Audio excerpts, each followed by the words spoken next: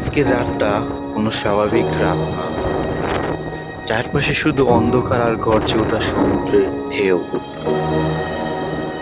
কালবৈশাখী ঝড় শুরু হতেই পুরো জাহাজ যেন হঠাৎ এক বিশাল খেলনার মতো হয়ে গেছে। ভয়ানকভাবে দুলছে, এক পাশ থেকে আরেক পাশ ছিটকে পড়ছে সব কিছু।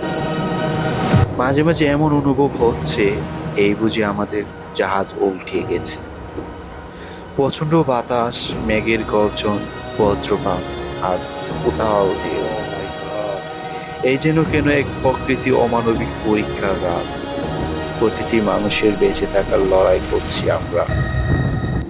বই লাগে, কিন্তু পেশায় প্রতি দায়িত্ববোধ আমাদের সাহস জাগায়। এই সমুদ্রের বুকে দাঁড়িয়ে আছি, মানুষ কতটা অসহায় আর প্রকৃতি কতটা শক্তিশালী। প্রত্যেকটা নাবিকের জন্য শুভকামনা। ভালো থাকবেন সবাই।